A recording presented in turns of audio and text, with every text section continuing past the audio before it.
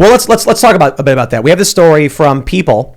Crosby, Stills, Nash, and not Neil Young. I don't know. Crosby, Stills, and Nash music is back on Spotify months after Joe Rogan boycott. So the big story was that Joe Rogan, this compilation went viral, and everyone was calling Joe Rogan racist and all that. He apologized for it, but all of these people were like, "I'm taking my music off of Spotify," and Crosby, Still, and Nash, as well as Neil Young, they did, and they're back. That's it. They're back. Actually, Neil Young, I guess half his music stayed on because he didn't own it anyway. That was actually really funny. Oh. But this is really important. It shows you the depth of their values. None. Shallow. Not even an inch deep. They did this because it was major press. Let me tell you guys. When I was doing the Occupy Wall Street stuff, I had all of these companies hitting me up being like, we want to give you all these things. We want to, hire you. And I'm like, yeah. Something happened in the press. You want to put out your press release and be like, this guy's with us now so you can get free press off of somebody else. I'm not interested. That's all they did. These guys they probably had a manager who was like, guys, now's your chance. It's big in the news. It's Joe Rogan. He's the biggest podcaster. Come out, say some, we'll craft some line for you. We'll take your music down for a couple months.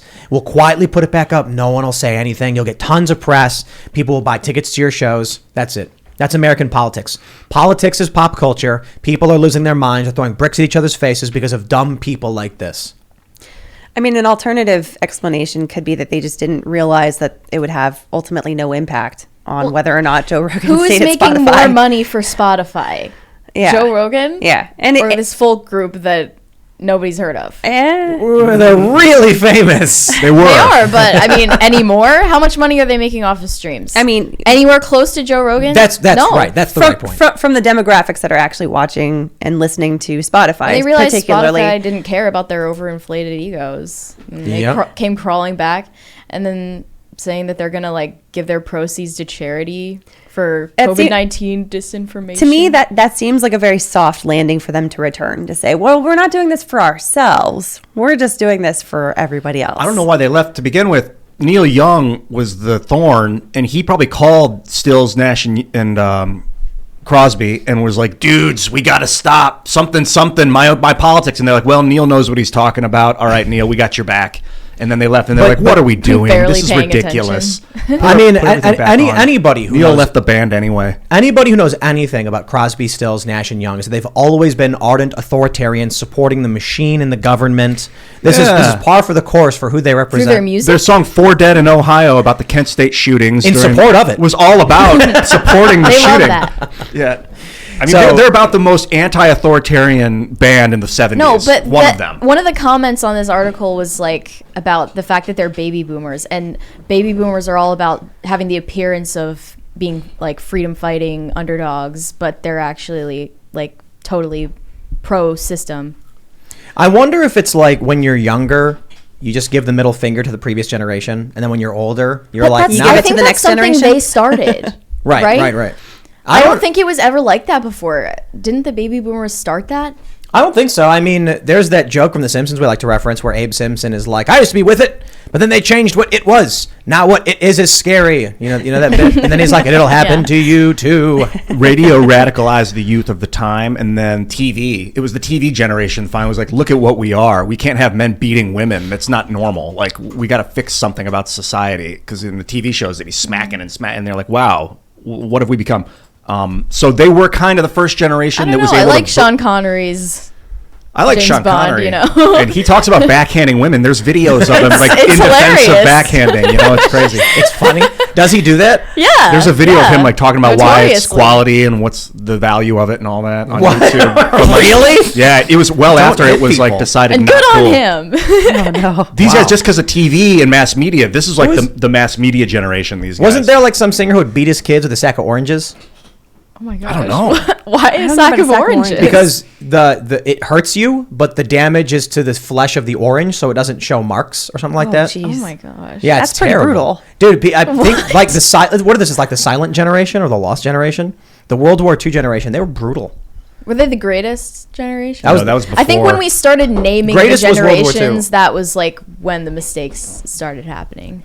I mean, what was it the lost generation? Is that the last one? Like the first one we haven't recorded or something? that was like the late 1800s. 1800s. Yeah, the silent generation. No, that was that came silent after that. afterwards. Yeah, and then the greatest generation. But there's like it's like there's like overlap because So It's hard to define different generations because Right. there's always going to be some overlap between them. because people have kids all the time. Yeah. So it's not like every 7 years everyone goes into a chamber to have And children there, or something. and there are various like social events that will define a generation, that they go through certain experiences that, you know, when you're towards the beginning or towards the end of that generation, you're going to have some blend with the other lifetime experiences as well. Like, you know, like millennials have gone through 9/11 and the Great Recession and COVID, but, you know, Generation Z or what have you hasn't gone through some of those earlier things. Yeah. So, but there's going to be some blend between the two where the two intersect. I wonder how that's going to affect Gen Z.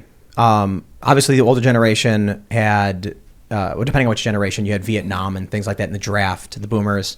And then with the millennials, you had 9/11. And so, you know, I don't know how old you are. You're a woman, so do you mention your age? Sometimes it depends on, you know. I don't know. I have before. I'm 34. I can say that. Oh, okay, yeah. So sometimes, you know, what I always say is, I think I'm 34. Yeah. you I just am. ask a woman, "Are you old enough to where if I ask your age, you'll be offended?" And then you can get a general idea. But we all experienced 9/11, but you didn't, Mary. No, I was a year old. Right. So, Holy cow. Yeah. So you didn't. I wonder how that's going to impact your view of the world relative to everyone else, because you're kind of like a nihilistic. I don't think I'm a nihilist because Well, I'm Catholic. So Sure, that's But true. I don't think I represent other people in my generation either. For that very reason. It's like, is Gen Z going to be more based or more woke? You know what I mean? So far, like, I would like to say more based, but really the reality is we're just more polarized. Yeah. So like more extreme on both ends. Yep. Yeah, so when the millennials are in charge, and then you're going to have Gen Z, Gen Alpha, and then what comes after Alpha? Alpha. I don't even want to Beta- think that beta far Gen. ahead. I didn't the even betas, dude. That's when the rise. Gen It's- Alpha is like the tablet babies during COVID who didn't see a human face for Oh 3 man, years. no. Alpha Gen. And they can't read like these kids that They can't talk. Oh, man. Yeah, They're they screwed. Yep. Yeah, you guys ever see that story about these scientists found a young girl that was like raised by wolves or something? Or like, Yeah. and she couldn't learn Yeah. English. Right. Because her brain had moved on to a certain level of development where you need to have society in order for your brain, Yeah. those neurons to connect. And if your brain develops beyond that point before they connect, you can't develop the ability to use language. Yeah, she could say Crazy. like grunts. She could be like, eat, food, Wow. Yeah, I think water. that girl, she was held captive by her father until she was like found at Was that what it was? 13 You're or right, so. right. I think that's she what it was. eventually Think was so. able to use language, but she never was ever like, you know, But at it's a like normal it's like level. it's like grunting. Yeah, like she was never able to be Okay. independent at all. Like, think about it this way too. There are people who are extremely brilliant, but when they don't speak English. When they learn English, they can't use English the same way a proficient English speaker would because their brains have already like hardened, right? So that's why you'll see people who are like in their 50s learn English. You can speak to them, you can communicate, but for some reason they won't say like the or you know, an or in, like. I think You it know what I depends mean? on how many languages they've learned before that, though.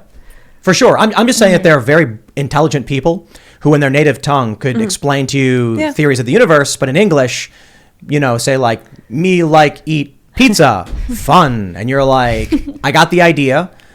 Say it in your, you know, first language, and you're going to be like, the beautiful thing about pizza is when you get the cheese and the sauce and it's all melty and delicious, but they don't speak properly, you know what I mean? Salvador Dali is a good example of that. He was like the first artist of the TV generation of like the mass media as we know it, radio, TV. And he was just Spanish, you know, I think it's Spanish is his native language, barely spoke English, very rough. And you could tell he's like brilliantly talking about the Fibonacci sequence in his art. If you've ever seen Dali's art, it's the most surrealist, Yeah. amazing stuff. But when he speaks English, it's like you can barely understand what he's saying. And people would just sit there and kind of like get bored, which is unfortunate because he was such a genius. Yeah. And people, it's funny, oftentimes Americans assume someone's dumb.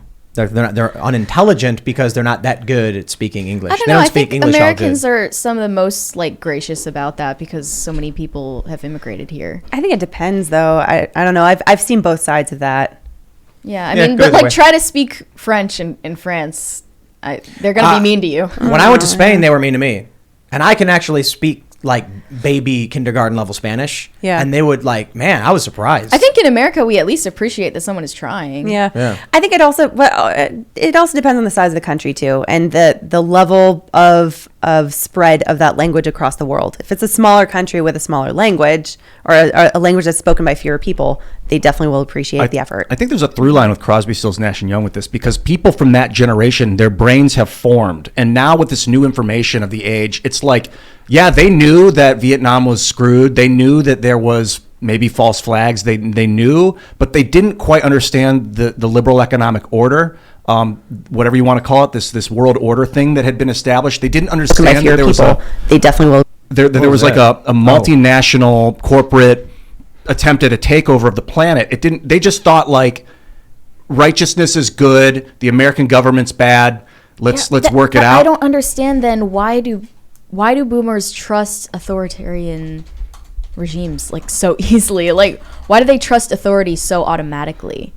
They got a lot of value from the American dream, I put in quotes. They really sucked off the teat of the American just mass printing of money from 1950 to 1990. They became so wealthy and safe. And the worst thing is they think they earned all of it. Yeah, right. Like it was their hard work. And then they call millennials entitled when like the cost of living is we so were a high. colonizing slave state. They are entitled, but So the boomers entitled. are like just as entitled, if not more. Boomers are boomers did a lot of really good things, but I feel like all generations have their good side and their bad side, and it's increasingly getting polarized. So there are the boomers who are the lazy layabouts, snowplow parents who raised really awful children, and then there's the boomers who made things like Star Trek: The Next Generation and pursued civil liberties, and to this day we still have people that are boomers that are doing well. It's just that I think when we complain, we focus on the bad and ignore the fact that we did get some really awesome stuff. I would not be here today if there were not good boomers who did something right. Sure. And the people listening to the show and, like everyone else's parents, it's just like we're focused on the bad. So they're good millennials too. Like obviously we were millennials and, we're doing all right. I think so. And then there are bad millennials who are screaming that like their rent should be free. So, But like what portion are each of those sides? man, I don't know. I wonder. You need data on that. Thanks for checking out this segment from the Timcast IRL podcast. But if you want to check out the full show live, tune in Monday through Friday at 8 p.m. And if you want more special access content, head over to timcast.com and become a member. Your membership helps sustain this company, keep our journalists employed, makes this show happen, and you will get access to exclusive members-only segments of the Timcast IRL podcast, and there's a massive library to check out. So again, go to timcast.com or tune in Monday through Friday at 8 p.m., and we'll see you all there.